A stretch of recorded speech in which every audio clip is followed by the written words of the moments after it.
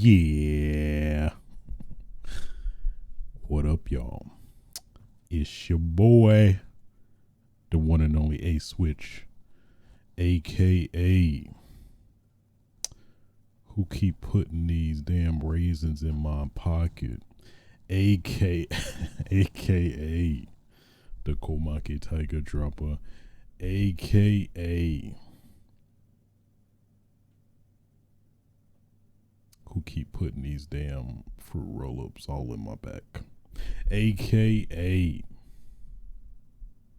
the Nigga Lib Master, bringing you yet another episode of Switches Sites, episode 159. I'm back like I never left.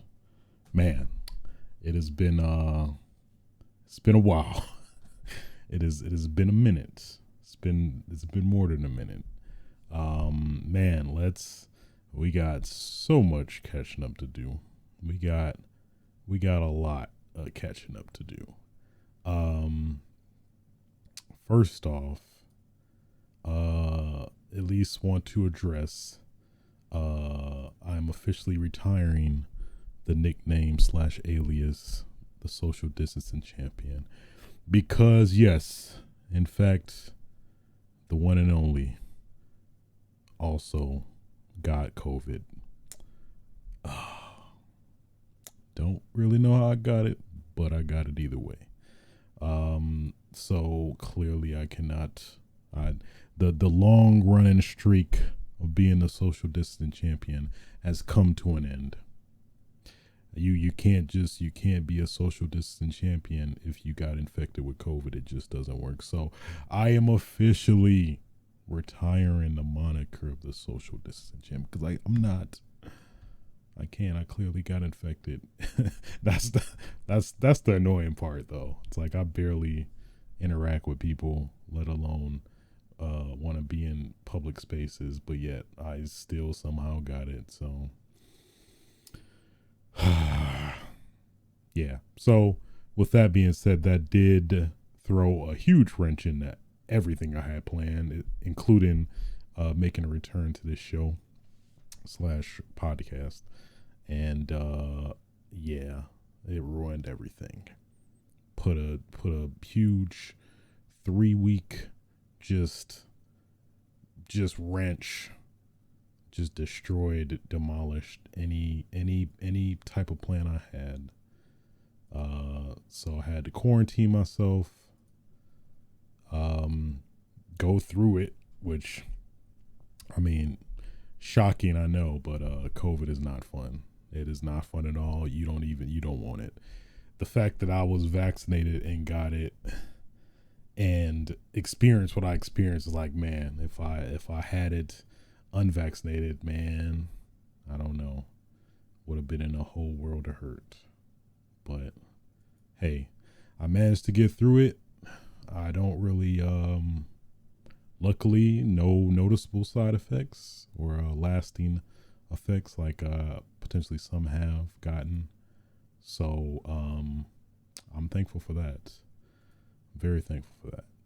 But yeah, just in case you didn't know, yeah, you don't want to get COVID. It is not a good time. Chills, headache, sore throat, drowsiness, fatigue. Not a good time at all. Really isn't. So of course, yeah, with that, moved in, as you can see. Still got some dust to settle, as you may have possibly seen. Hopefully everything will be cleaner come next episode. But hey, at least I got enough to get us running, get us back in the game. Put me back in the game, coach. Cause I'm ready.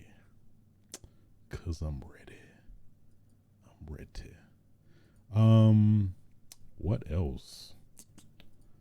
I think that's pretty much it. Of course, we got a lot of catching up to do.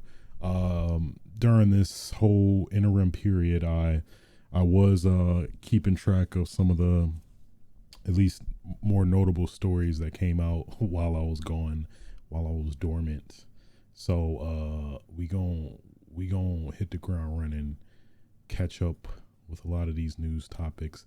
May be slightly quicker than before, considering the volume of stuff we need to talk about. But actually, we might be able to get everything done in a reasonable time. So, hey, I'm up for the challenge. I really am. Yeah. Anything else that's notable, worth mentioning? Nope. Other than oh yeah, I guess setting up this, man. You don't know how much stuff you have, man, till you move. I know I've said that before, but goodness, I forgot how long it took to set up my room. It was like roughly maybe a few months, and man, feels just as arduous and tedious and painful, but worth it in my opinion. This is my sanctuary, my domain, my place of solace. So, hey, if you don't know where home is, then where you gonna go? I don't know. That I try to be inspirational.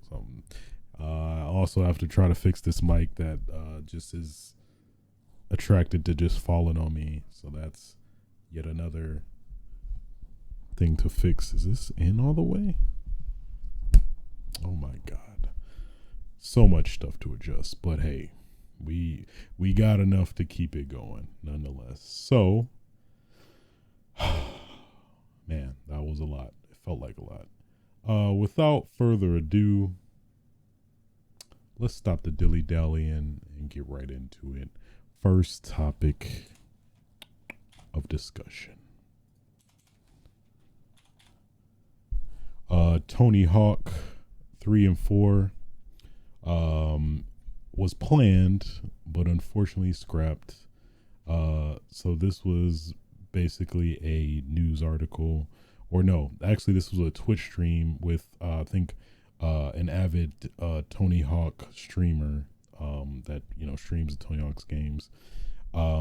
Actually managed to get Tony Hawk in a PlayStation with him, and during that event, he asked Tony Hawk about the state of like 3 and 4, and if that was even in the works, considering the success, at least what I consider the success of 1 and 2 being remade, and apparently it was scrapped after Activision merged with I believe Vicarious Visions. So apparently it was in a deep planning phases and about to be put in action until Activision merged with the company. So now pretty much, at least as far as we know, scrapped, at least from what Tony Hawk himself said. So kind of sad to be honest. As a fan of course, my favorite, Tony Hawk's Underground.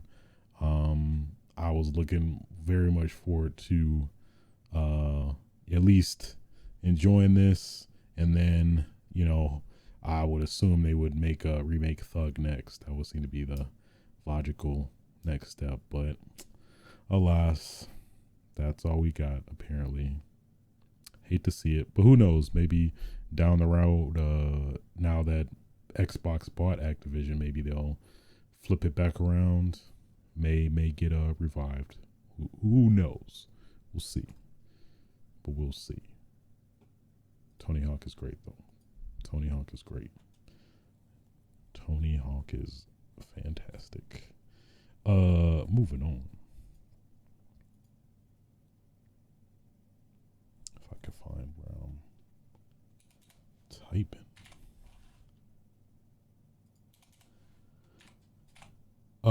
PlayStation 5 controller, Pro controller in the works, according to Tom Henderson.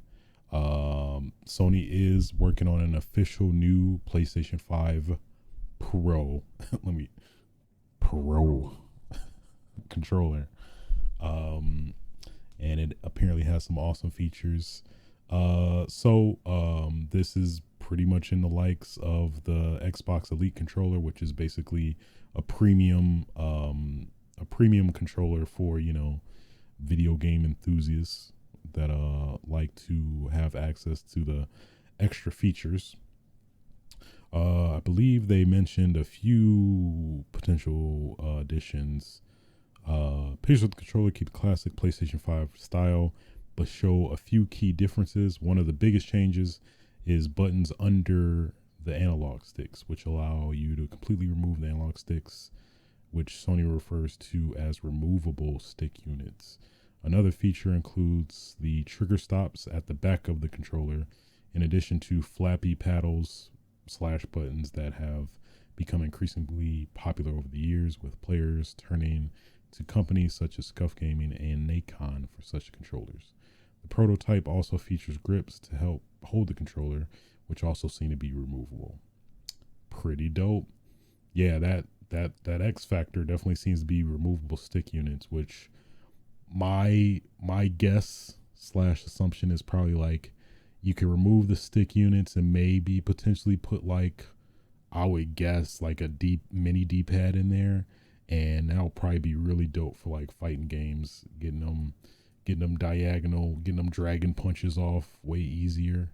Even though I think at least for a fighting game the D-pad does hold its own too, but I think that would be even more accessible and approachable if they managed to do that, because I can't see any reason why you would remove the stick units other than, well, I guess of course replacing it with different size stick units similar to the Xbox Elite controllers. But yeah, so it could be just that, or if PlayStation was smart, they probably would, I would say, yeah, try to implement like a D-pad action to make the controller even more accessible, like to fighting game players, even retro players as well. That would be pretty dope. I could see Sony doing that. I guess we'll see. And of course, trigger stops, which also the Elite controller has. That would be cool. I think as long as it feels good and is premium all around, I'm sold. I am sold. Consider me in. Consider me all. Let me put all my chips in. I'm curious about the grips, how that works. I guess maybe just detachable sliding grips that you can put on the controller, I would assume as well. Which, yeah, they said it also seems to be removable. So that would be pretty dope. But yeah, most importantly, having them paddles. Yes, please give me the paddles. Love me some paddles. Once you go to the paddles, you can't go without. Really, you can. It's just you feel naked. You feel naked without them. But yeah, I'm definitely been wanting a pro controller on Sony's side. Hopefully, doesn't have the manufacturing issues that at least the Elite version 2 had. So, knowing Sony, I think they'll be able to deliver. But I guess only time will tell. Only time will tell. Moving on.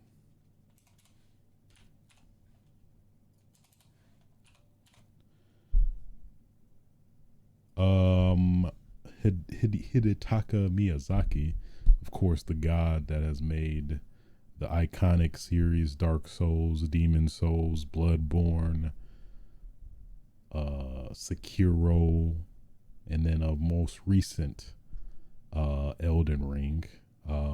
Apparently is working on multiple projects. Yeah, multiple new projects. So we can only speculate at this point. But this is an interview via 4Gamer. At the time of Sekiro interview 2018, You mentioned that you had 3.5 lines running within the company at the time, two of which had not yet been announced. One of the unannounced lines was Elden Ring. I think this is being translated from Japanese, so some of it sounds a bit broken, but I think you can parse what details are from it. One of the unannounced titles was Elden Ring. Is the other line or game still under development? Yes, we are in the final stages of development. Since a lot of time has passed, I would like to ask you again about From Software's current development system. So for interviews, we were able to create a title of the scale of Elden Ring, largely because of the development of human resources within the company. But from now on, I think we'll be entrusted more projects to them. In fact, we are working on several titles directed by people other than myself, and the timing is right for us to increase our development staff. I think we'll be able to show you a different color or direction from Software. So please look forward to seeing what we have in store for you. Man. So at least to speculate, since that's all we can do. I wonder, it's a lot of possibilities actually. Part of me is very curious if they may return to Kingsfield, which is like, I think their first ever title as From Software that they made. That'd be kind of cool as like a, kind of way to reflect back and maybe reinvent the game for modern audiences, even though technically in essence that's really been the Souls games to an extent. So that's kind of hard to say, but you can still do it. Armored Core, which I believe is a series that's been associated with their company as well. Elden Ring 2, I think, is probably a given. Yeah, I think they've passed on from Souls games and want to reinvent themselves. And I think Elden Ring has been the next logical step for that. So I think they'll probably, dig in with that further and at least have that going. But I would really like personally, which I hope they potentially might be doing, is probably a futuristic, a Souls-like game in a futuristic setting, which I think would be cool. You get like lightsabers and neon blades and beam guns and that'd be pretty dope. Would love that. I think that's a possibility. I think there's still hope for Bloodborne to some extent, at least maybe being remade, or maybe potentially they might actually continue it. I mean, it's hard to deny the fervor for that title specifically, considering especially the rare setting it's put in. At least in video games, you don't really see the Victorian setting used that much in video games necessarily, compared to especially like all other genres. So that would be pretty dope. So I think those are definitely pretty big possibilities, but only time will tell. Only time will tell. Only Miyazaki knows, but I trust him. I trust wherever he goes, I go. If he jumping off a bridge, I'm jumping right behind him. I'm not. That would be dumb. That would be dumb. Why would I do that? I'm not that blind. Moving on. Nomura, who of course is working on FF7 remake, Rebirth. That sounds grovelly. This is translated from Famitsu. There won't be any locations from the original game cut in the remake. However, due to the structure of remake being multiple games, there will be a slight change in the order of places you visit, but no location will be cut. We know some fans are worried that because it's going to be finished in 3 games, Some are worried things might get cut or shortened, but nothing will be cut or shortened.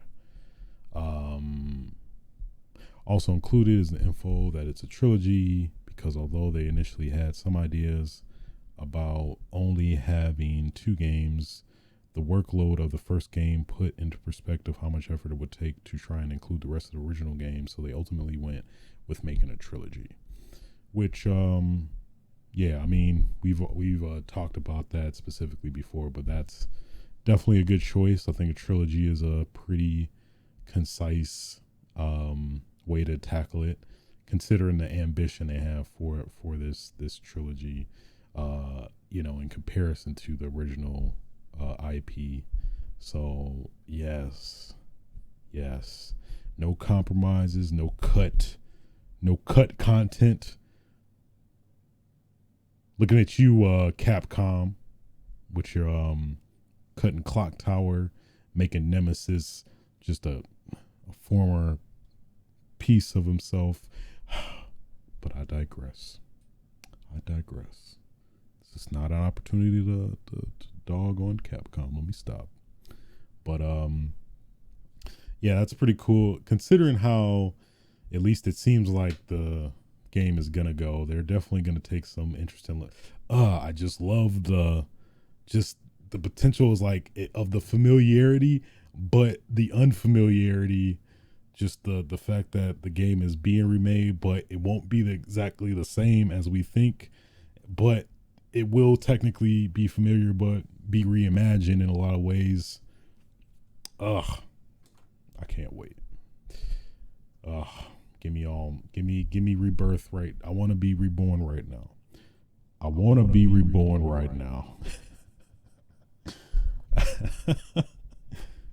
Let me do it.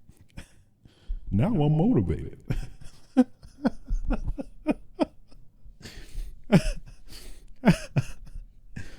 Oh God, let me stop.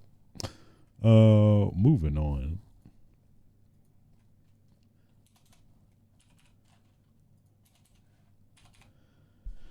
Okay. God of War Ragnarok, the craziness, the abuse, the pestering of the development team for the game, which is really not cool, by the way. Finally can now be put to an end, because we finally got the release date for God of War Ragnarok, which is coming to PlayStation 5 and 4 November 9th, 2022. So it appeased a lot of our suspicion. Well, I don't know. I was on the boat that I didn't think the game was going to come out this year, but it looks like that is not the case. It actually is coming out this year. So, glory be to all, glory be to all you see. I don't know. God of War, man, it's going to be tough. They also revealed the collector's edition, which includes the dope ass Mjolnir. I don't know why I have difficulty pronouncing that. Mjolnir.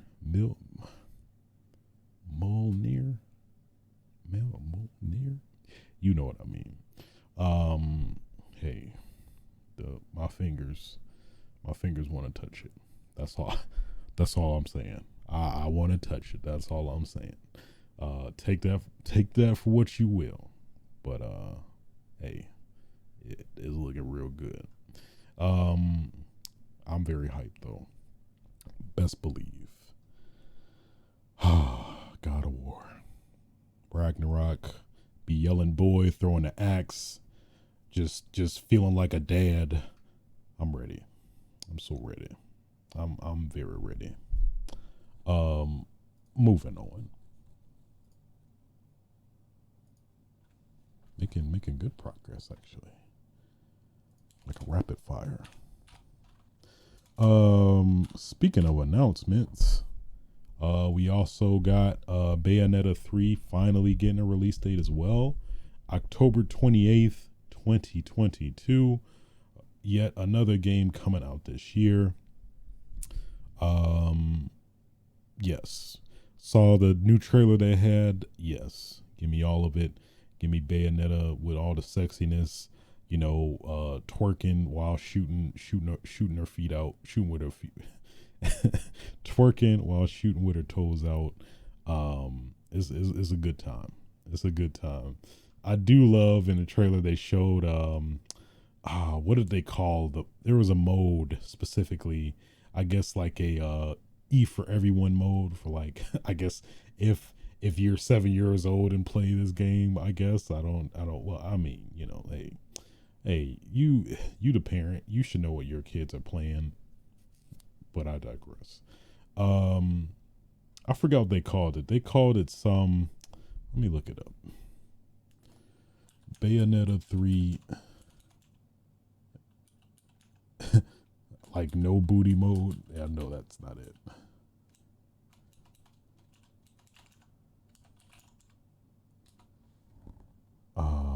Naive angel mode. Yeah, naive angel mode is like a censor mode, so like, Bayonetta won't be naked when she does her wicked weaves and stuff like that. So hey, giving options for the kids if they want to play. It's pretty awesome though. Gotta respect it. I mean, you shouldn't if you are of age, but hey, for people that aren't, they can still play. And then they revealed this fucking this Virgil looking female Virgil looking now I'm motivated. I don't know. I forgot her name, but she looks cool though. She looks like her gameplay will be tight. They showed Jean. They showed the dude with the hat. I guess that could be multiple people, but I forgot his name. It was fun. It was fun. It was a good time. I'm ready to have another good time yet again. See Bayonetta, just acting up in the best way, in the best way. In the best way. Love it. Moving on.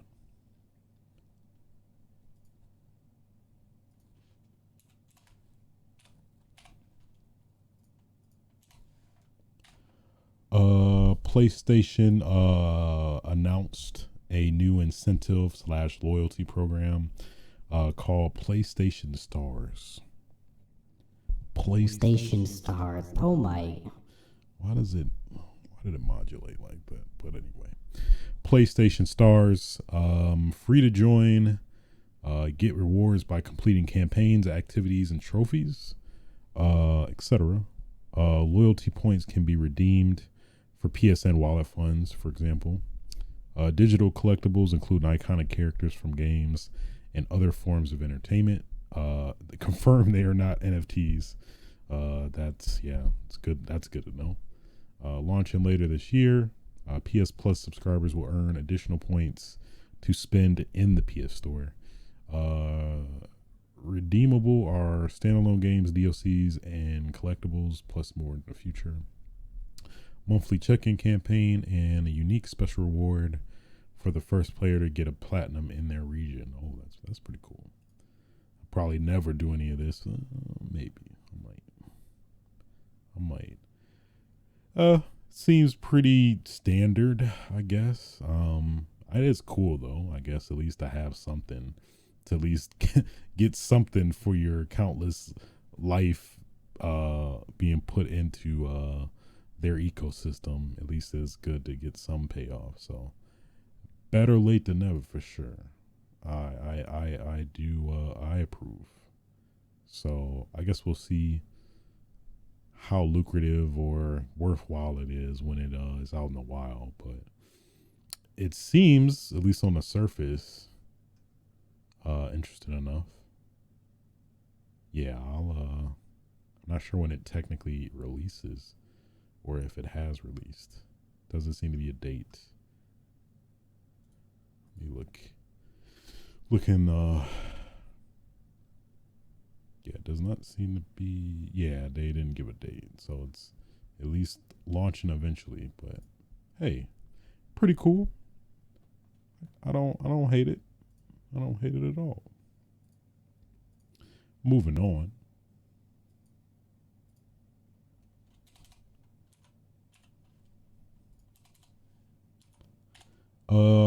Discord voice chat finally. Finally. I hate it. Is coming to Xbox. Yes. It's a great day. Great day. It's a wonderful day. Finally, we get Discord voice chat coming to Xbox. So, essentially, what this means is that literally you can chat with, all your Discord groups and buddies within the Xbox interface without having to, at least the most useful case is, at least I know when I'm playing people on Discord, I have to use my phone app and have that connected to my headset, which is convenient enough, really. But the fact that this is integrated inside the console itself does alleviate the need for me to use it via my phone and cut off a avenue for audio that I use otherwise for something else. But yeah, and of course, one of the obvious essential great uses of this is, playing multi cross-platform games with other people, obviously the most practical scenario, at least as of now, is playing with a buddy on PC. And for example, playing Fortnite, you can all team up on Discord and chat in your little group, and just play like you normally would, but with the added functionality of and simplicity of just playing streamlined through Discord directly on the console, which is a wonderful thing, and at least looks to be an indication of the future. I called it. I said we're eventually gonna get integrated voice chat in Discord. Look what we got here. I don't do readings. I am psychic, I know, but let me stop. But hopefully PlayStation can follow suit, and I think that'll be hell, even Nintendo, even though it would be awkwarder because of their already integrated or proposed voice chat, which is to just use your phone basically. So it's a good step. One large step for one large step for universal play, one large step for a better world. I don't know.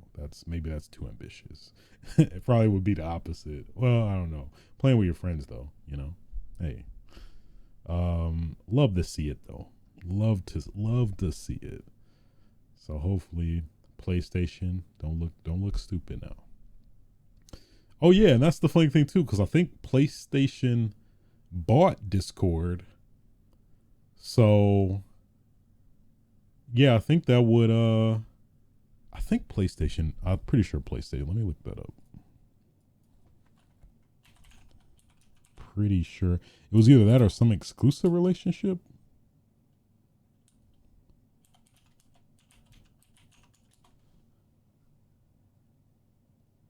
Yeah, Sony acquired a stake in Discord last year, and official integration is rolling out for PlayStation owners throughout the U.S. back in May 2021. Okay, so I mean, still pretty substantial. It's a partnership for sure. So yeah, the potential is definitely there for sure. Moving on.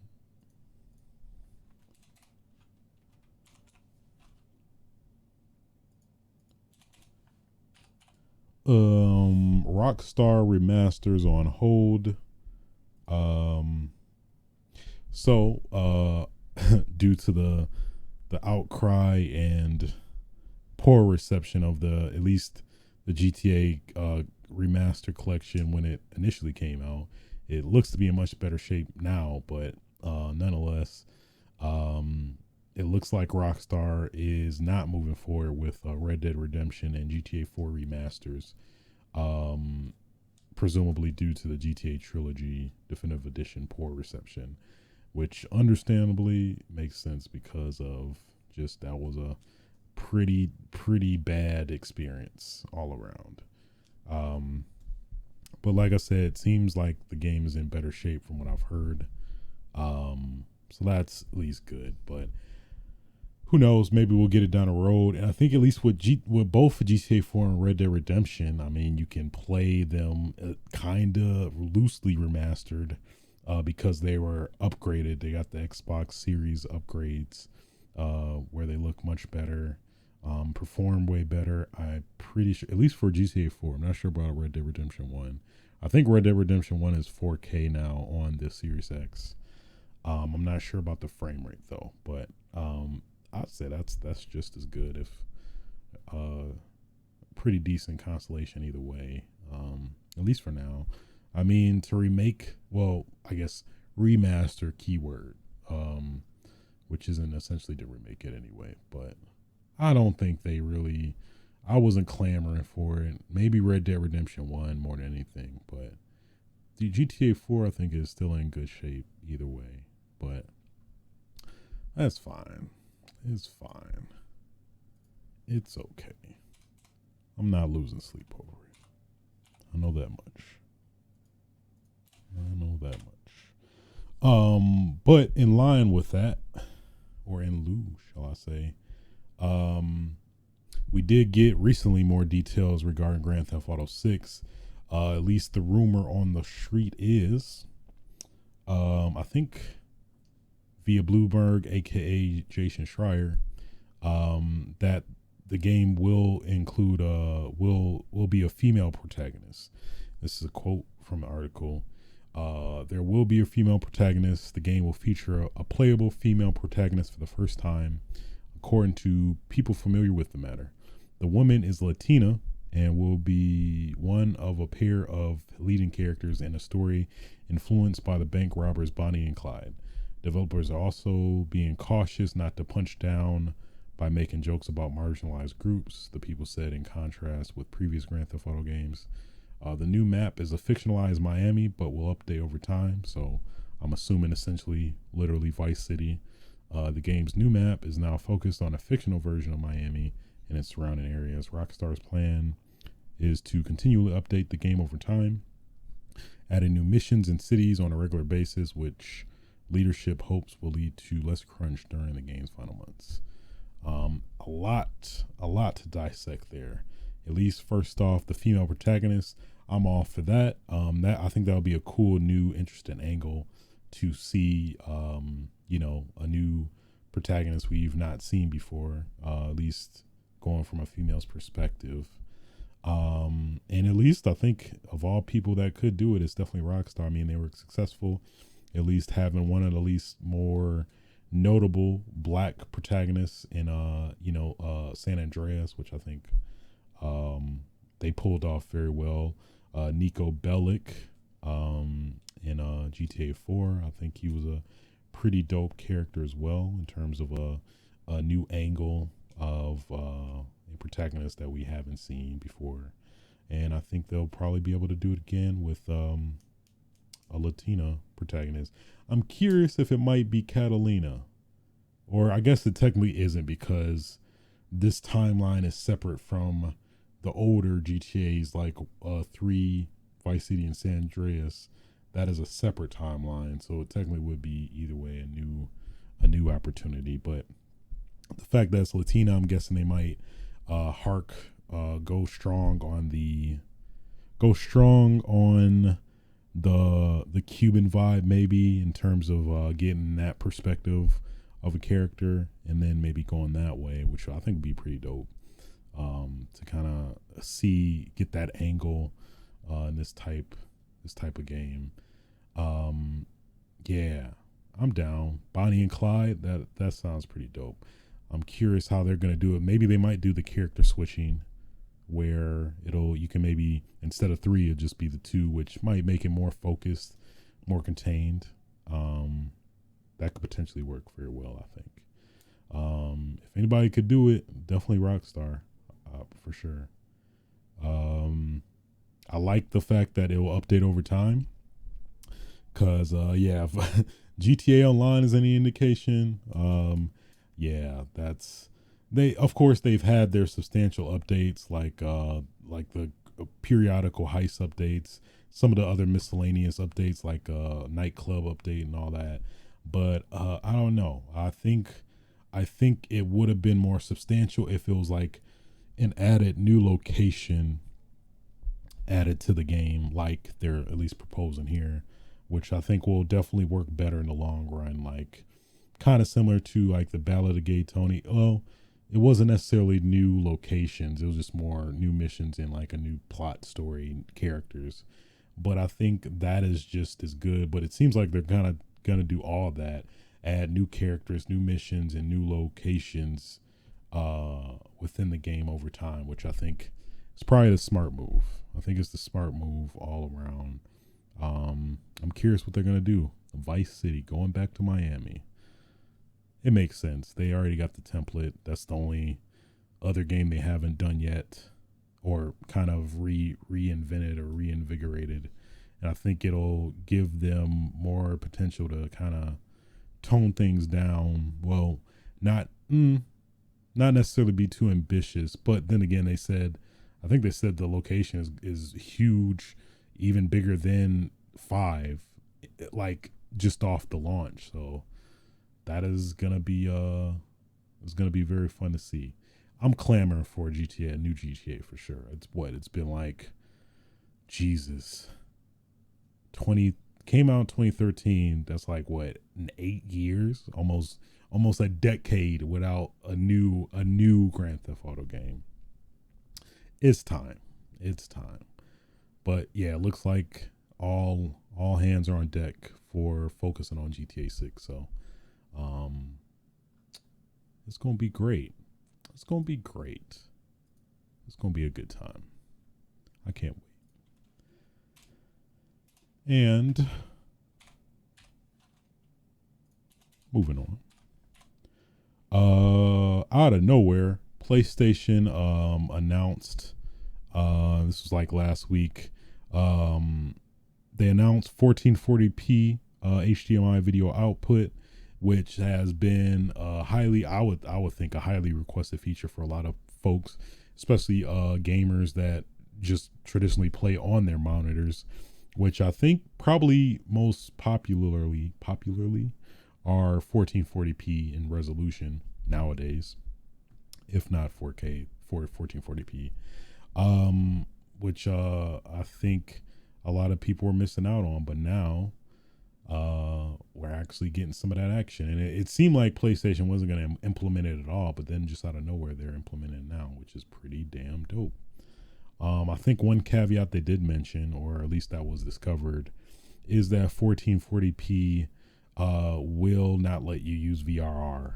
So if you are playing in 1440p, you can't use VRR if your monitor more than likely will support it to some extent, depending, of course. But that is definitely a standout. I think I heard of game lists where it seems like what we want, but it seems to be like not what we want 100%. It's like they're like not 100% there. Like basically you can, compile and make game folders and lists, but you can only do it in a sub menu, which kind of defeats the whole purpose in my opinion. Compared to like PlayStation 4, which had the same functionality, not the exact same, well, at least the more ideal functionality where the folders were actually at the forefront, and you can easily access them that way, which it does not seem like it's going to be the case here. But then new PS5 user interface enhancements and social features, those are definitely the highlights. But yeah, 1440p definitely the big highlight. And I think another unrecognized dope feature is that this will let you play games at high frame rates outside of 4K and 1080p, which I think, a lot of people were clamoring for it, especially those with monitors that more than likely has that capability, because at least a lot of 1440p monitors nowadays do have that functionality of having high frame rates more often than not. So pretty good all around. I did get the beta invite as well. I've yet to test it since I've literally not touched my console to play since moving here. So yeah, I definitely plan to test it out. I'll definitely share my thoughts and experience with it as well. Have no fear. But yeah, 1440p baby. 1440p, baby. I don't know why I did that. I just felt compelled to. Yeah. And with that being said, that will conclude the news for this week, or technically month, since I've been out of commission. But man, I'm very proud of myself. Did that in record time. I thought that was going to be way longer than I thought, but I think because I was cognizant of the volume of topics to catch up on, that might have did it. Anyway, let's get into what I've been playing, which man, it's not been much. Before I moved, I managed to get a little bit in here and there during the move, but yeah. So first off, Resident Evil 3. Played the PS5 upgrade version, updated version, where it was essentially the new upgrade, visual upgrades to better utilize the power of the PS5. Pretty cool. I mean, Resident Evil 3. That's pretty much it. Felt good. Felt pretty good. Felt pretty decent. So I guess it's hard to have any memory considering that the game is so short, and could have been longer if they actually put some of the content that was in the original game. But I digress. Fun nonetheless. Enjoyed it. Pretty as hell. Jill getting Jill the throat goat getting the bug. I wonder. I'm very curious who put that in the game. That is such a weird. Why? Who? Somebody had some type of fetish. I don't know. Anyway. Fun experience either way. Also,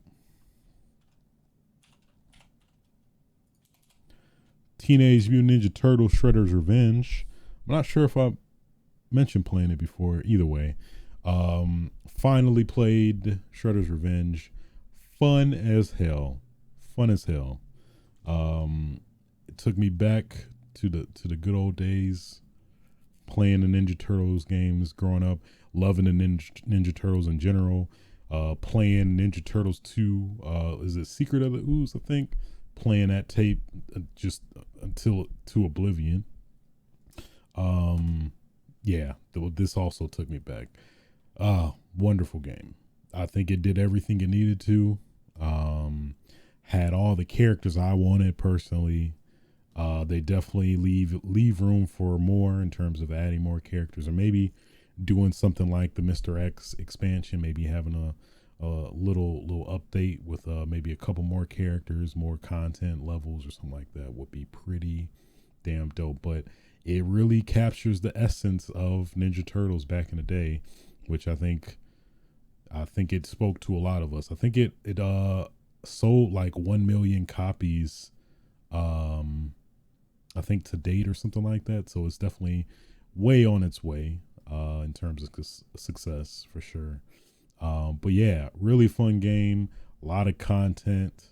The combat is actually good. The little minute details that they added to make the game even more fun and engaging is pretty damn awesome. Highly recommend it, especially if you're a Ninja Turtles fan. You owe it to yourself. to play this. So fun ass game. So fun. Ninja Turtles, Shredder's Revenge. Deep breath. Just a minute. That'll stick in your head when you play it. Trust. Shout out to my one friend, Brendan. Any comments? Any comments? Oh yeah, I forgot. April was pretty dope in this game, man. Just the engine, the creativity. They really nailed it with all these characters. Wonderful game. Wonderful game. Any comments? Moving on.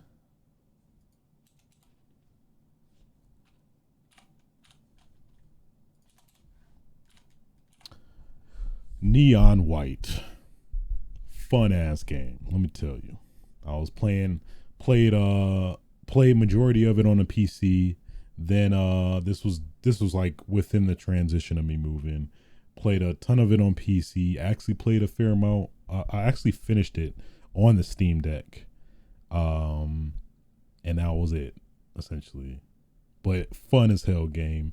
How would I describe Neon White? Neon White is like a first person platformer, a first person. If Hotline Miami, if Hotline Miami was a first person shooter, it would be Neon White. Yeah, I think that's the best accurate description, where it's just high speed, quick gameplay, and mixed in with a lot of trial and error. But just the loop is very fulfilling for sure. After beating the game, you do unlock like a speed run mode where you essentially, because in the traditional game, it's a lot of story in between missions. But at least with speed run mode, you could just run through it level to level, which I think is going to be pretty fun, which I do see myself doing at some point. Shouts out to the fucking the fucking soundtrack. It's just, it is so good, man. Definitely in the running for like my favorite top favorite soundtracks of the year. That the soundtrack resonated with me so much. Somebody who likes techno house, it spoke to me on so many levels. So if you are into those genres, highly recommend Neon White. Just the game oozes so much style. I get like a Suda 51 vibe slightly. It just oozes like personality and style. It's hard to describe. It just evokes just style, which I like a lot. The combat, the gradual additions of cards. So essentially, when you navigate through the level, you get these cards, which gives you weapons, and each card has different attributes. Like some you can drop, and they'll make you jump, do a double jump, or if you drop them, they'll like create a bomb for you to be launched off of, and one that like you can do a rocket jump in kind of the same manner of a double jump, but you have to shoot a surface and be close to said surface. So it has a lot of little attributes to each card, which when you combine them all in like the level layout and stuff like that, it makes for a very, very engaging, fun, like puzzle type vibe, which I thoroughly enjoy. All of this while you jam into a Machine Girls house fucking soundtrack. Magnifique is magnifique, let me tell you. Chef's kiss. But yeah, in a nutshell, that's Neon White. I feel like if I describe it anymore, would kind of do it an injustice, really. It's really one of those games you have to play to kind of get a feel for, but at least for kind of the game it is, it's very good. It's very good. I'll probably put in my top 5 as of now in terms of games I played for the year so far, for sure. Definitely gonna win a lot of indie best indie game of the year awards for sure.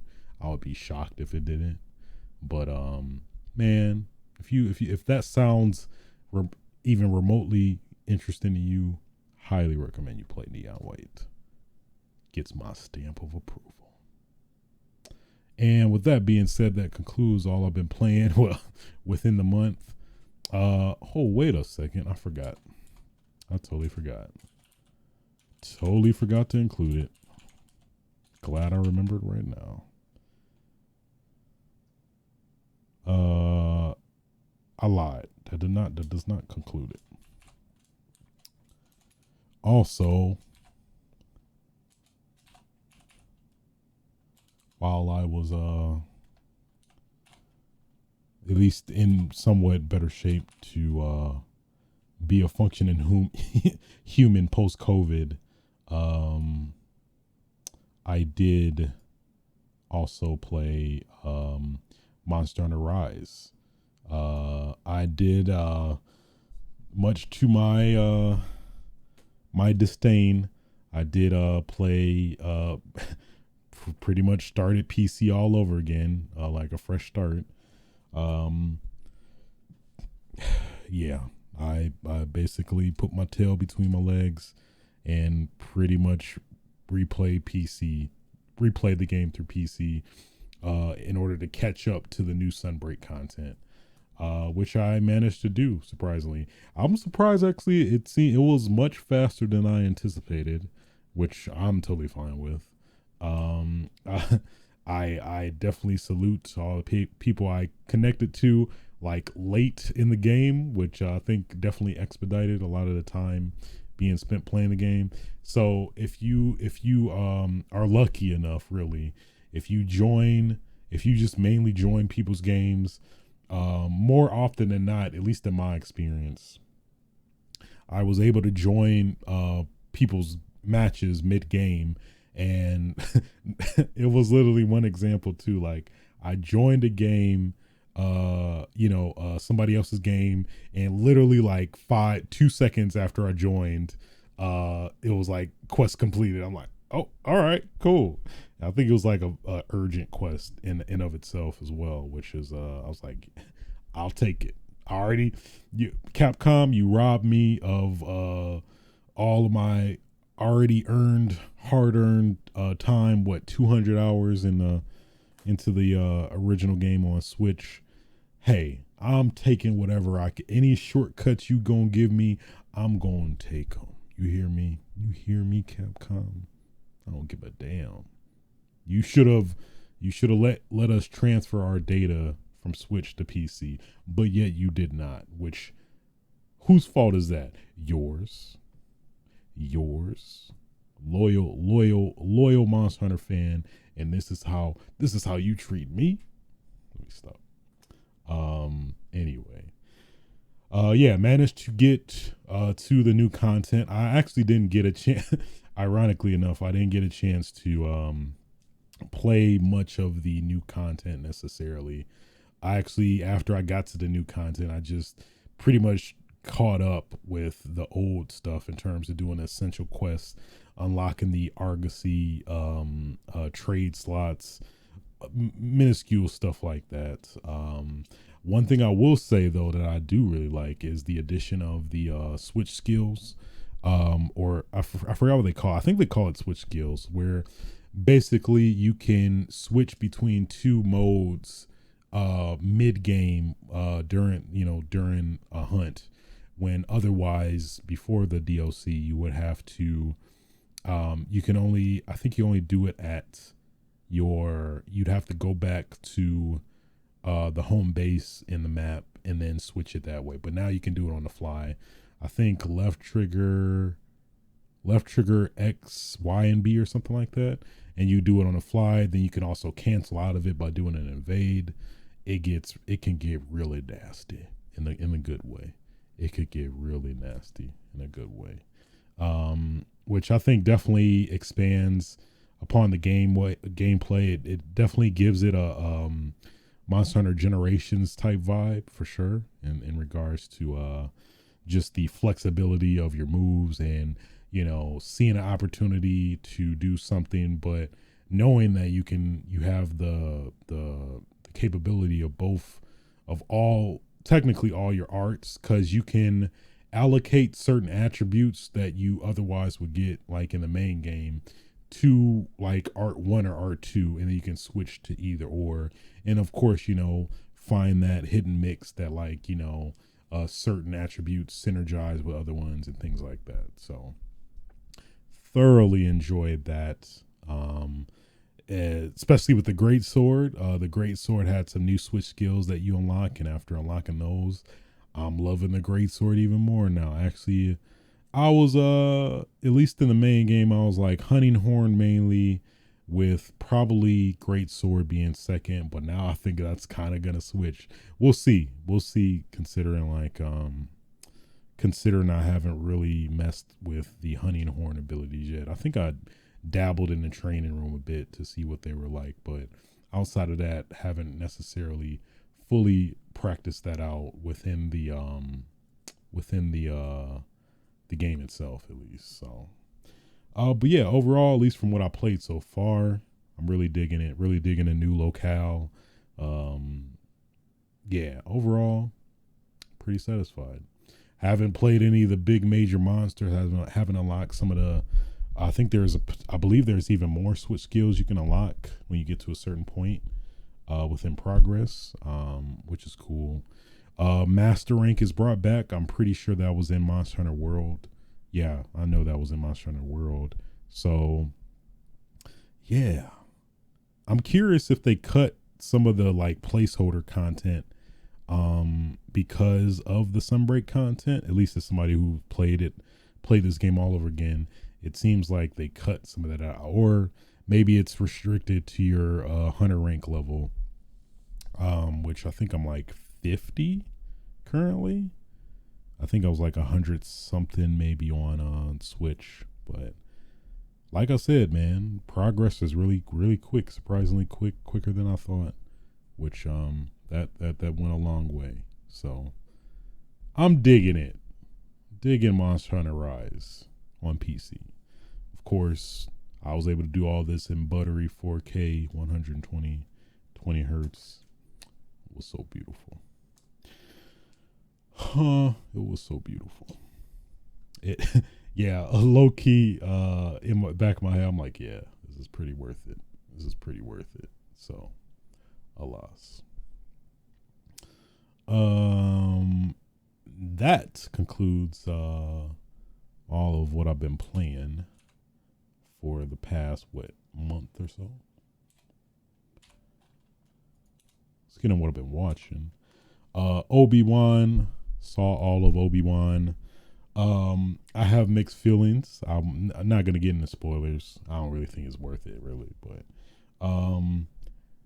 if you're a fan of Star Wars, yeah, it's some weird liberties, but I mean, it was definitely some good aspects too. It was all right. Like after all the dust has settled, it was all right. I'm not, oh my God, Star Wars. But then, excuse me, you got to take into account, like, I don't consider myself a huge Star Wars fan. But I do consider myself a fan. I'm not the biggest Star Wars fan, but at least with that in mind, I did at least still enjoy it.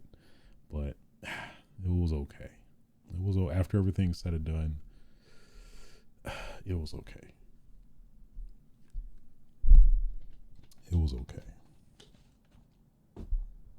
It didn't knock my socks off. My socks came off a little bit. That's it. They came off slightly. Also watched Miss Marvel. Finished it all. Have to say, as a whole, yeah, definitely had a slow start, But then afterward, I think it started to pick up, and then I started to get into it towards the end. Definitely look forward to the continuation of the story in the Marvels, I think it's the Marvels coming out, I think next year. I was satisfied with it. Yeah, after everything was said and done, I feel like they did what they needed to do. So,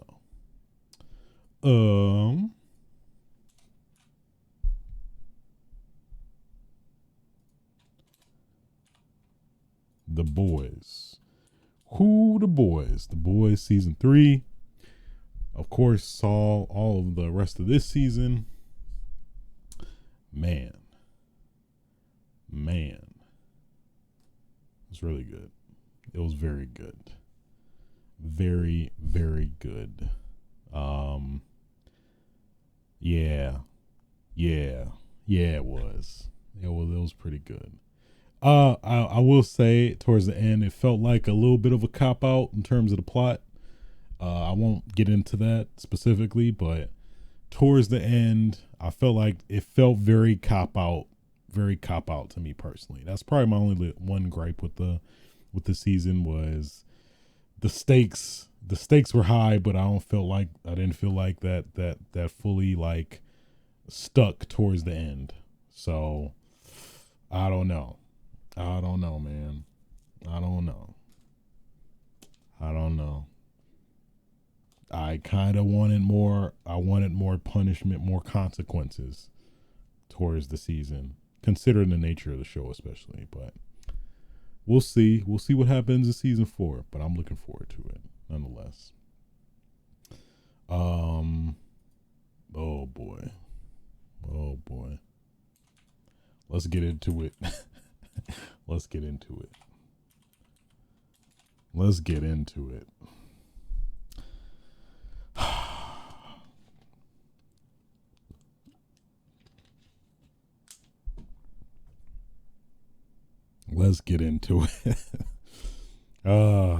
Resident Evil, the Netflix TV series. I unfortunately watched it all. A part of me gave up in episode 3, but other part of me was like, I'm sick as hell from COVID. I had COVID at the time. I'm like, I ain't got nothing else to do. Fuck it, let's just watch it. And yeah, it was not great. It's so much to just eviscerate with this series. First off, okay, Lance Reddick as Wesker. I don't know. I personally wasn't feeling it. I feel like it's some characters you can't necessarily racial gender swap. I feel like Wesker is one of those characters. I don't know. I mean, Lance Reddick was good in terms of for what he did, but I don't know. Just growing my envisionment of Wesker as a character, I feel like that is something only a white male could do specifically in that scenario, which is fine. It's like, okay. But man, I'm gonna spoil this because I don't recommend you watch it anyway. But so spoilers for Resident Evil if you care, I guess. But yeah, then what? It's so much to just dissect in a bad way that it's hard to even begin. But we'll focus on Wesker. So Wesker is basically, he made clones of himself, which isn't necessarily accurate. And I guess that's probably my overall biggest gripe with Resident Evil, this TV series specifically, is them deviating too far off the original source material, which literally almost all the Resident Evil content that's come out has done, which I think is irritating to the core. I just want one piece of Resident Evil content to just stick to the source material as much as possible, which yet again another IP that is not done it. I'll give credit to Welcome to Raccoon City. That's probably maybe one of the highlights to an extent of the show, is that they were definitely by far the closest to sticking to the source material than any other of the Resident Evil content, at least specifically, the horrible Paul W.S. Anderson, 7 movies, septilogy or whatever. Yeah.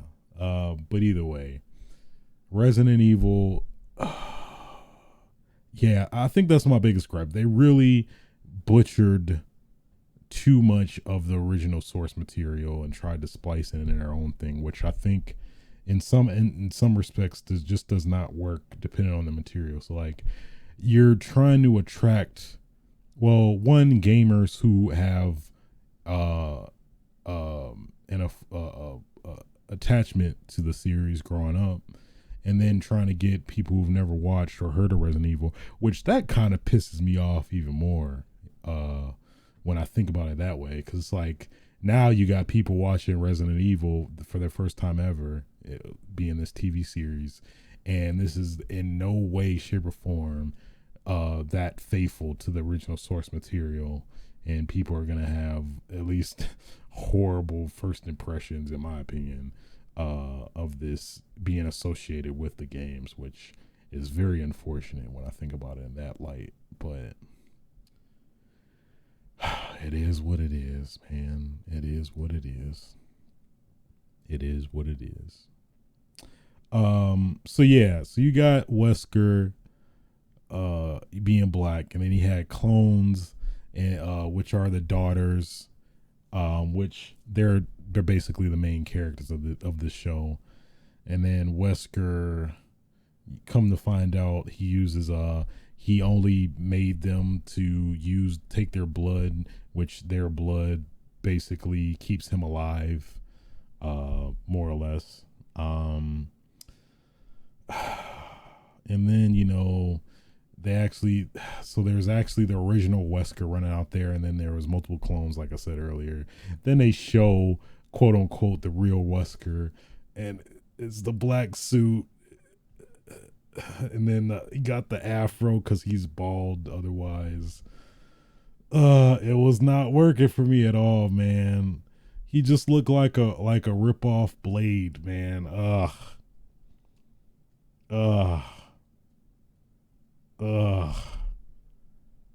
Not a fan, man. Not a fan. And then it's just other stuff. I'll give them credit with the BOW. So like, they had the liquor in there, which I think they did a pretty good job of representing him and the Cerberus dog. Outside of that, you got the big alligator from 2. Outside of that, though, no thank you. No thank you. And then, I think the sad part is they're probably going to get a season 2, especially how it ended. I don't like it at all. I really don't. Especially as a huge Resident Evil fan, I was very just disappointed. Then they put in a Master of Unlocking reference, in the most annoying way. Some character that's not even associated. Well, I am a Master of Unlocking. Horrible. I'm getting heated just talking about it. But yeah, I wouldn't recommend it. Would not recommend this show to anybody, really. It's not good. It's not good, man. It's not good.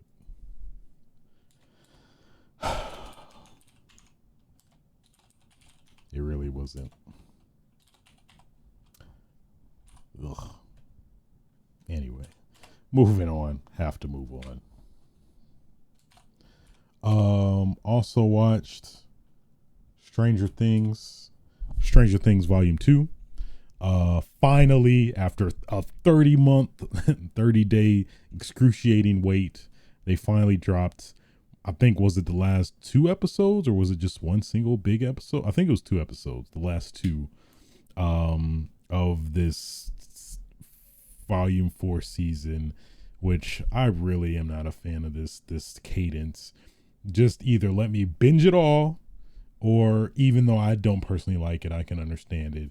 Just give us the weekly drip of episodes, because the fact that like I literally binged through all of season 4, and then it was like, which was a pretty satisfying reveal. I'll give him that. But then like, wait 30 more days though. I'm at the edge of my seat. I'm like, what? No, I feel so unfulfilled. Man, that I did not like that at all. Don't make me wait 30 days. Don't make me wait 30 days. Don't do that. Don't do that. Just give me it all. Give me nothing or give me it all. Anyway, the last episodes were really good though. Thoroughly enjoyed them. Yeah, I'm not gonna spoil anything. It was definitely some emotions for sure. I definitely felt some emotions for sure. But I think overall, hey, they acted their ass off. They was going for them Oscars, because man, if nobody don't get any of them, I'm gonna be a little upset. I really am. But they acted their ass off. That whole crew, some good television, let me tell you. Stranger Things season 4, solid, very solid. Thoroughly enjoyed it. Whew, very good. Yeah, without spoiling anything, very, very good. Yes. Also, and I guess finally,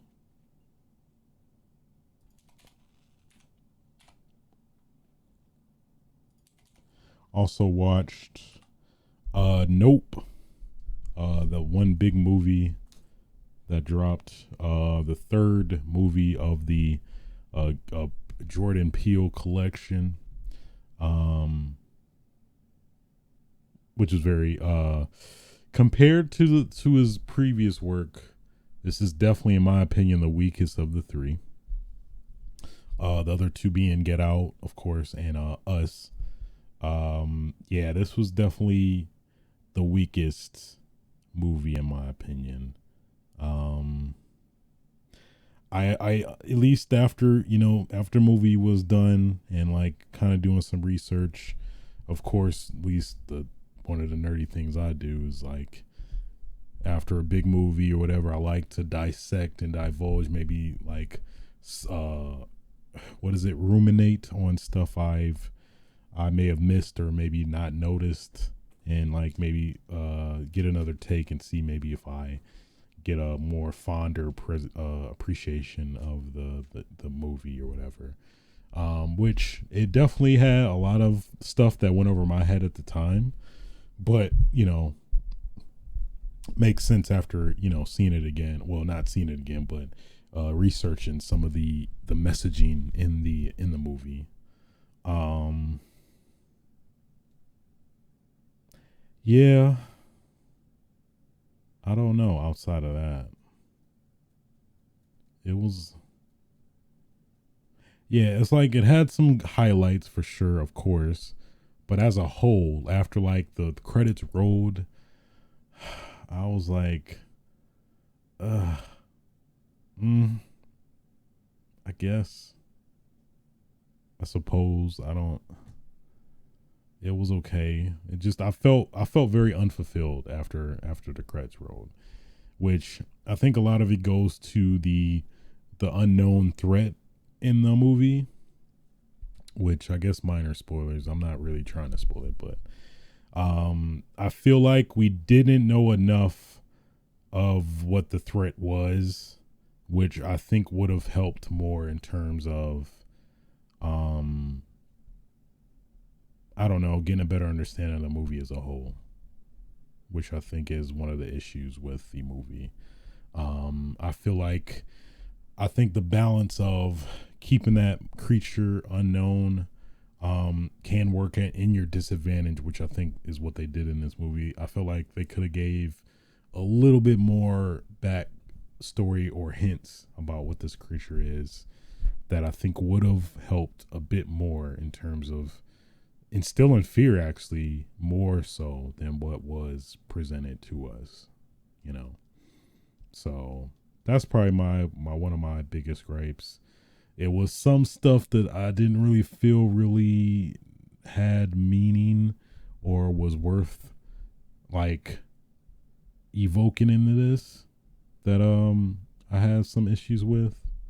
But yeah, overall I just was not, it was not as good as his other movies. It was not as good as Get Out. Get Out was definitely still by far one of the best movies he's made, for sure. But I appreciate the message he was trying to evoke, though, at least after researching it and whatnot. But nope. Basically.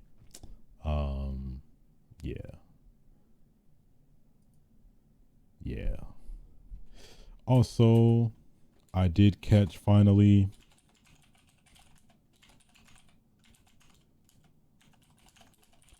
had to type it in just to be sure. Everything Everywhere All at Once. I actually got to see the theatrical release. Let me see here. Hold on. Editing as we speak, because I don't want to forget.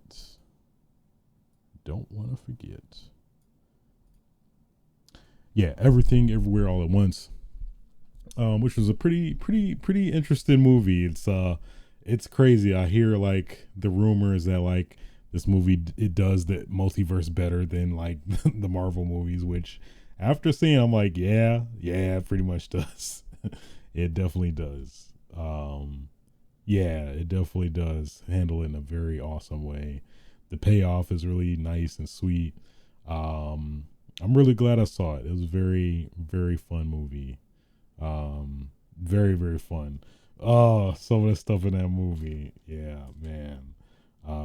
I didn't know what to expect going into it, actually, and I was very, very pleasantly surprised, for sure. Highly recommended. I now know what the fuss is about. I'm now in the zeitgeist, because that was killing me at some point where everybody was talking about it and I didn't have no clue of the movie. So wonderful movie. Yeah. And with that being said, I think that will do it. That will conclude episode 159 of Switch's Sights. If you did enjoy this podcast, feel free to like, rate, and subscribe on your favorite podcasting platforms. Them 5 stars are greatly appreciated. You can catch me record this live on Twitch TV/aswitch. You can also catch the archive on youtube.com/aswitch as well. And until next time, y'all, I'm back. Fuck. Feel free to fuck. Get your damn game on. Aw, yeah.